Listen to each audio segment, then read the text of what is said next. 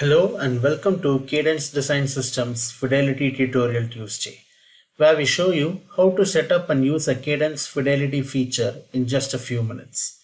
Today, we are going to show you how to set up a porous media model for external aerodynamics and other industrial applications representing heat exchangers in the Fidelity LES solver. In the first step, we will see how to set up the porous media geometry for the Fidelity LES solver.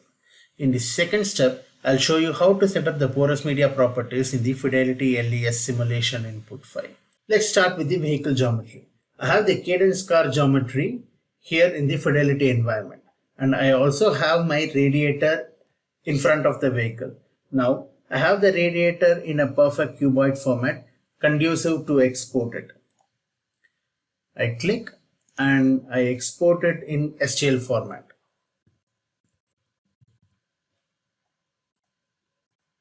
Now, I open the radiator geometry in Cadence Connect to convert it into an SBIN file. After importing the STL geometry via the surfer option, I go through the geometry to ensure that all the normals of the geometry are facing inward, and then I go ahead and export the geometry.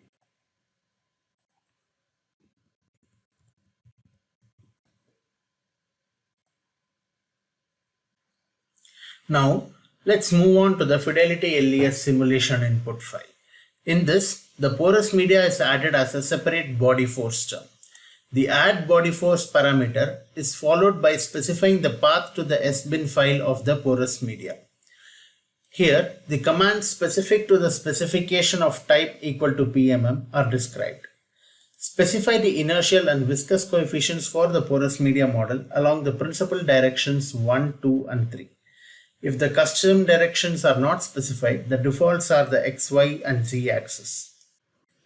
If you like this video, be sure to click the thumbs up button or subscribe to our channel for more videos like this.